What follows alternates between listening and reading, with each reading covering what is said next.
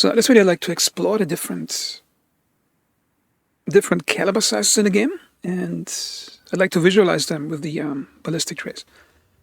What you see here is just a test shot I fired from an AK-74 with default ammo, and I shot it from the modern industrial area into figure 8. You can see it flew all the way, bounced off the ground, and kept flying, and then it disappeared.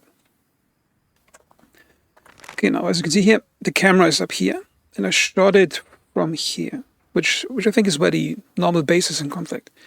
Which means the bullet traveled about 1.8 kilometers, impacted, then kept flying for about 300 or 400 meters. Which means you can do some pretty exciting plunging fire just with a normal assault rifle. I'm going to demonstrate it again.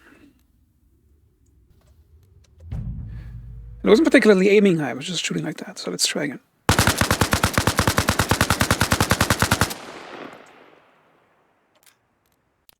See, the cool thing is you can actually watch them fly in real time.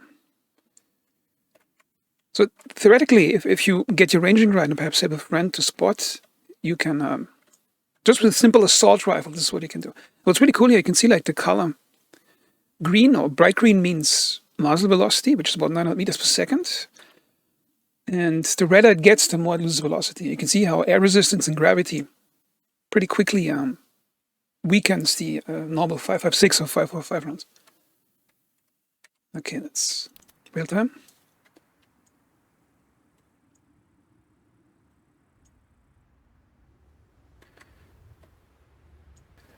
So if you get the ranging right, you can pepper like an entire base zone with like a magazine like that.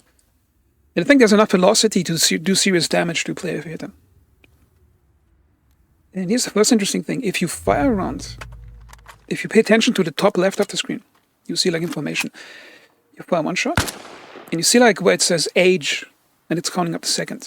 And that means after 10 seconds, the bullet disappears, no matter where it is. That means your max range is determined by the time it travels, 10 seconds, and by the velocity and how much energy it can retain at the distance. And that's the same for all projectiles except for mortars. I think mortars have a special type of code because a mortar spends about 30-40 seconds in the air before it impacts. So they had to like change it for mortars. Okay, so let's clear the trajectories. Okay, so I'm going to fire. I'm going to aim about the elevation of the tree line, one shot. Okay, I'm going to take Dragon off. I'm going to aim that one about the tree line elevation. Now American 50, aiming up the tree line.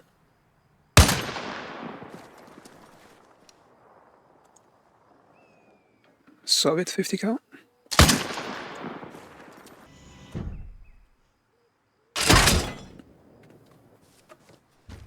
Okay, now the same for the BTR.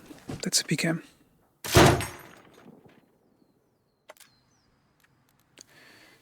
Okay, let's let that one fly.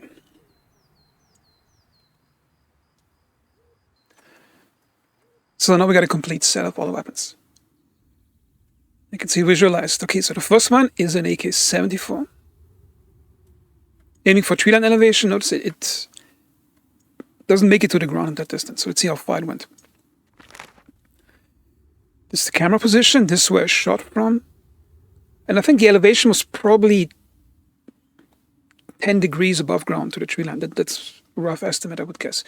So if you aim the gun 10 degrees high, you probably can shoot the bullet 2 kilometers, but it won't touch the ground because it uses up all its flight time just to get there. You could probably get a higher range if you aim it 45 degrees up, because I think that's the then you get the max range out of it. Okay, so the next one was the Dragunov round. Did I get the elevation correct? It's probably the same elevation. Notice here, it flew a bit further.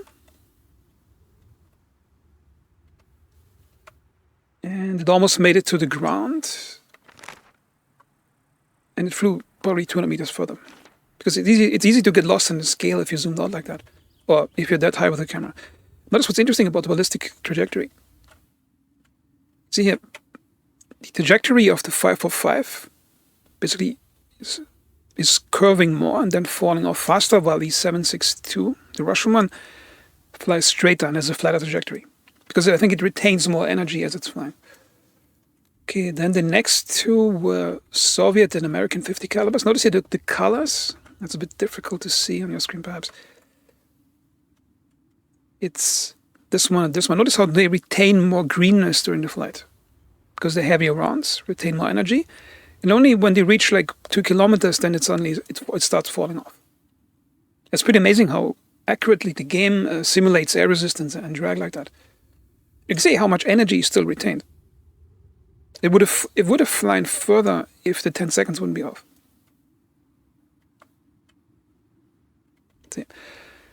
Then what was the next one? That was, I think, the LAV-25. Was it? Wait, let me check again.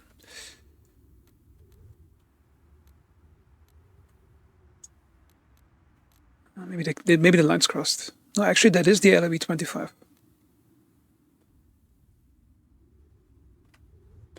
I wonder, did I shoot the armor-piercing round or the HE one? I think it was the armor-piercing one, because it should actually fly farther than the KPVT. I'll repeat the test in a moment. Okay, so you can see the OCM flying really in a flat curve.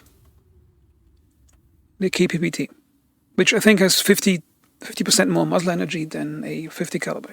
As you can see here, the curvature of the ballistics, and here you can see how flat it is.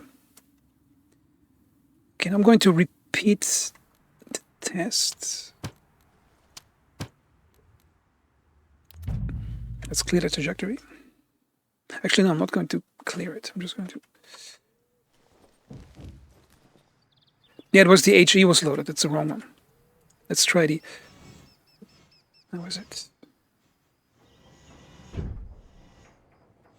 Okay, tree line. Again, I'm going to fire one HE and one... Because that thing flies really far. That's why I wanted to repeat the test so you can see it. Now we got those two flying.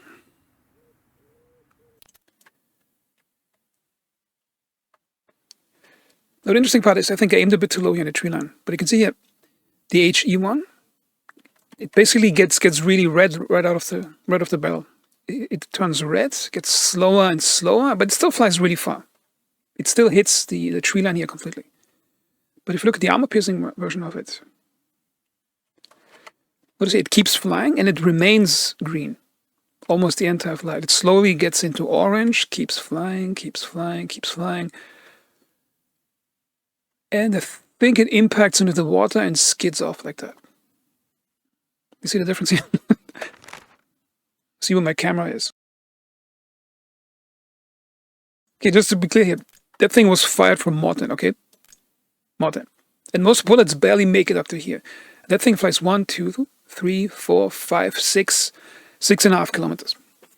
So in theory, if you fire the LAV-25 with armor-piercing rounds, you're in the middle of the island, you can reach anywhere on the island. And if I would shoot it at a 45-degree angle, it would probably reach up to 10 kilometers.